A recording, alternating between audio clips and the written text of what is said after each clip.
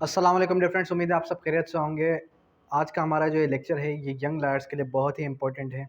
जितने भी law graduates jobs की तलाश में हैं, या फिर मैं सिंपली ये कहूँ कि जो प्रैक्टिस करना नहीं चाहते, वो किसी जो है जॉब की तरफ जाना चाहते हैं, तो उनके लिए ये लेक्चर है।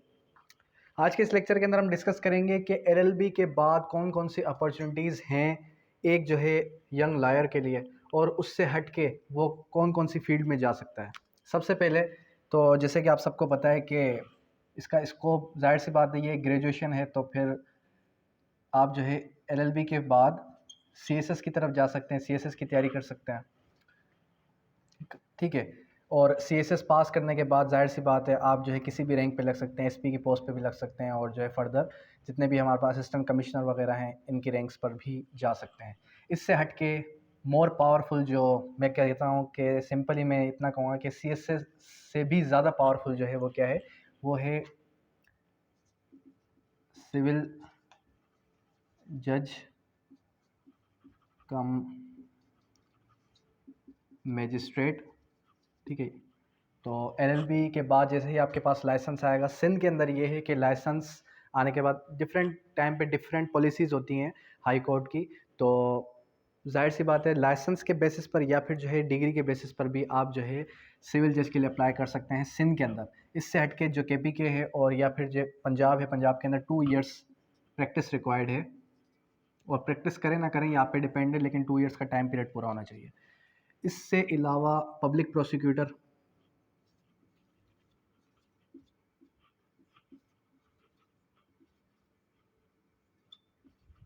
ठीक है, पब्लिक प्रोसिक्यूटर, इसके लिए भी प्रैक्टिस रिक्वायर्ड है, और ज़्यादा प्रैक्टिस रिक्वायर्ड नहीं है। लेकिन जो डिस्ट्रिक्ट पब्लिक प्रोसिक्यूटर, जिसको हम डीडीपीपी का नाम देते हैं, तो इसके लिए जो है 5 to 6 years प्रैक्टिस रिक्वायर्ड है। इसके अलावा लॉ इंस्पेक्टर की जॉब्स आती हैं। और लॉ इंस्पेक्टर के अलावा कोई भी अगर आप लीगल फर्टिनिटी, कोई भी अगर आप जो है प्राइवेट सेक्टर में चले जाएँ, तो प्राइवेट सेक्टर में एज एन लीगल कंसल्टेंट भी कह सकते हैं, या फिर लीगल एडवाइज़र। अब ज़ाहिर सी बात है आप ये कहेंगे कि मैं एक यंग लॉयर हूँ, मैंने रिसेंटली पास आउट किया है, तो इस बेसिस पे तो मुझे कोई जॉब नहीं देगा। अगर आपको इस बेसिस पे कोई जॉब नहीं देता, लेकिन आपको as an assistant of legal adviser तो जॉब मिल ही जाएगी, जिससे इतना स्टेपमेंट आपको मिलेगा कि आप जो है अपना गुजर सफ़र कर सकें। जैसे ही फिर आप जो है 2 से 3 साल गुजरेंगे, आप कुछ ना कुछ सीख जाएंगे, फिर आप जो है खुद भी कहीं ना कहीं अप्लाई कर सकते हैं।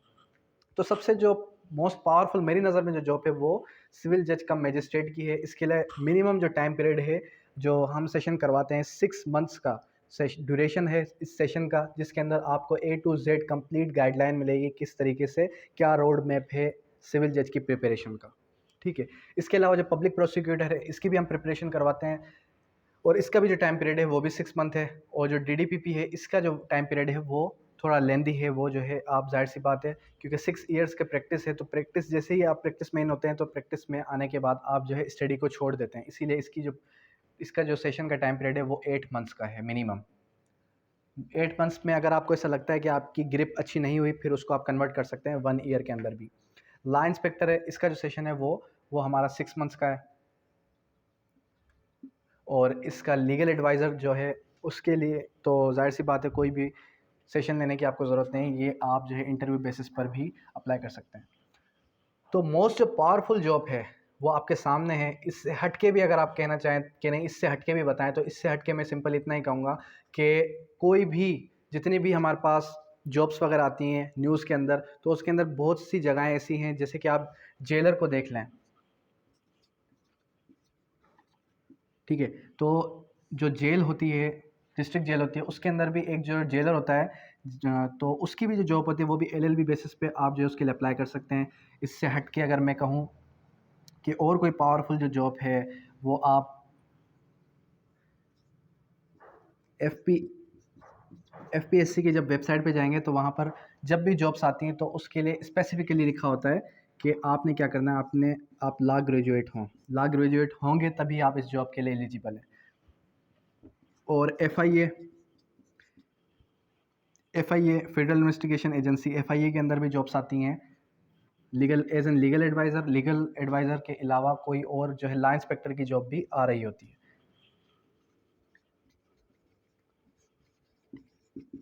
ठीक है।